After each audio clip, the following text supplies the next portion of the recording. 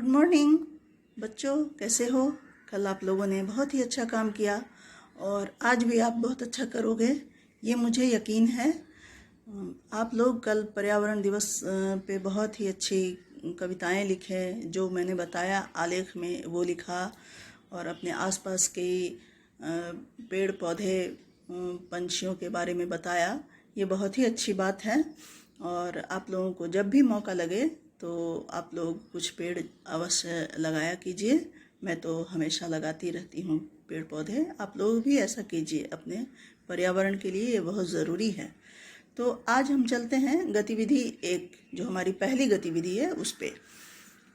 कल मैंने आप लोगों को एक फिल्म देखने या कहानी पढ़ने के लिए कहा था, कुछ भी एक।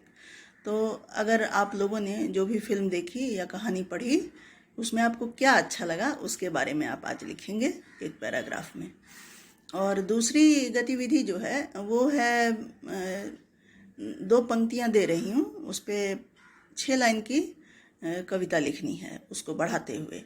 खट से खुला खट से बंद, आंखें हैं या दरवाज़ा, ये आपको मैं दे रही हूँ। इस गतिविधि में आपको लिखना है। इस गतिविधि में आप ये कविता लिखेंगे 6 पंक्ति की, बहुत ज़रूरत हो तभी 8 पंक्ति तक ले जाएंगे, नहीं तो 6 पंक्ति की। और फिर ये आपकी तीसरी जो गतिविधि है वो बहुत ही मज़ेदार गतिविधि है। कौवे ने चींटी के कान में कुछ कहा, क्या कहा उसे लिखिए, है ना मज़ेदार।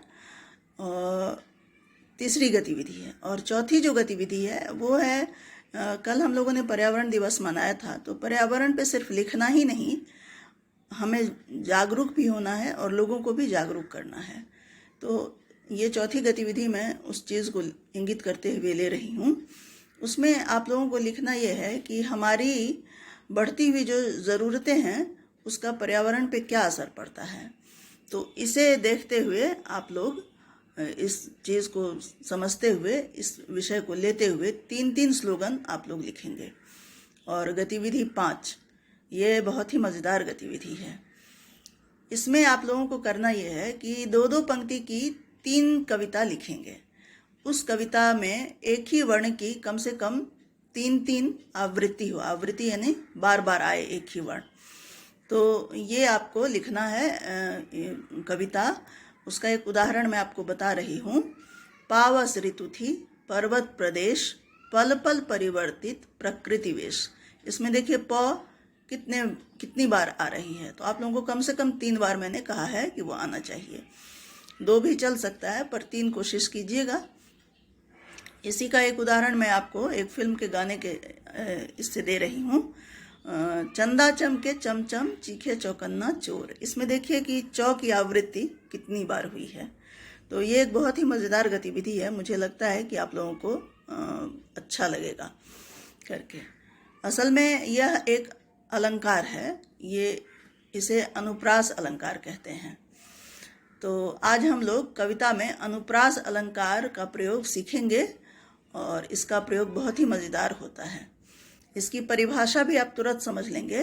परिभाषा है कि जहाँ किसी पंक्ति के शब्दों में एक ही वर्ण एक से अधिक बार आता है वहाँ अनुप्रास अलंकार होता है। जैसे कूलन में, केली में, कछारण में, कुंजन में, क्यारिन में, कलित कलिन किलकत है। अब इसमें देखिए क का कितना प्रयोग है, क कितनी बार आई हुई है। तो ये तो हुई कविता में।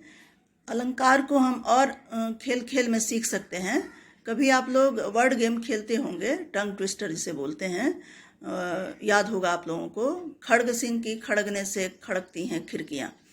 तो ये भी देखिए इसमें ख का प्रयोग है, तो ये भी एक अनुप्रास अलंकार ही है। फिर एक वो पीछे जो मैंने आपको चंदा चमके बताया था, इसमें भी आप देख सकते हैं। फिर अभी कुछ और मैं आपको उदाहरण आगे बता रही हूँ।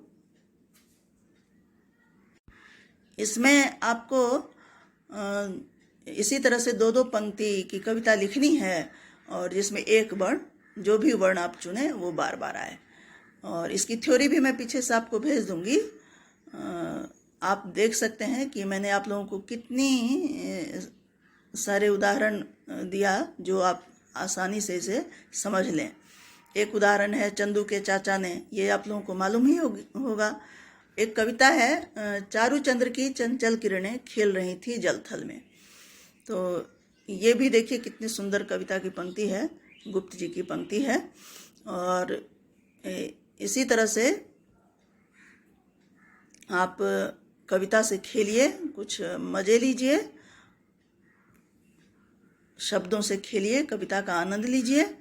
रघुपति राघव राजा राम, ये भी देखिए, इसमें भी र का कितना प्रयोग है। तो आप लोग बहुत ही अच्छा से आज आनंद उठाइए क्लास का और बनाइए, बहुत अच्छा लगेगा। बहुत बहुत धन्यवाद मेरे बच्चों, बहुत बहुत आशीर्वाद।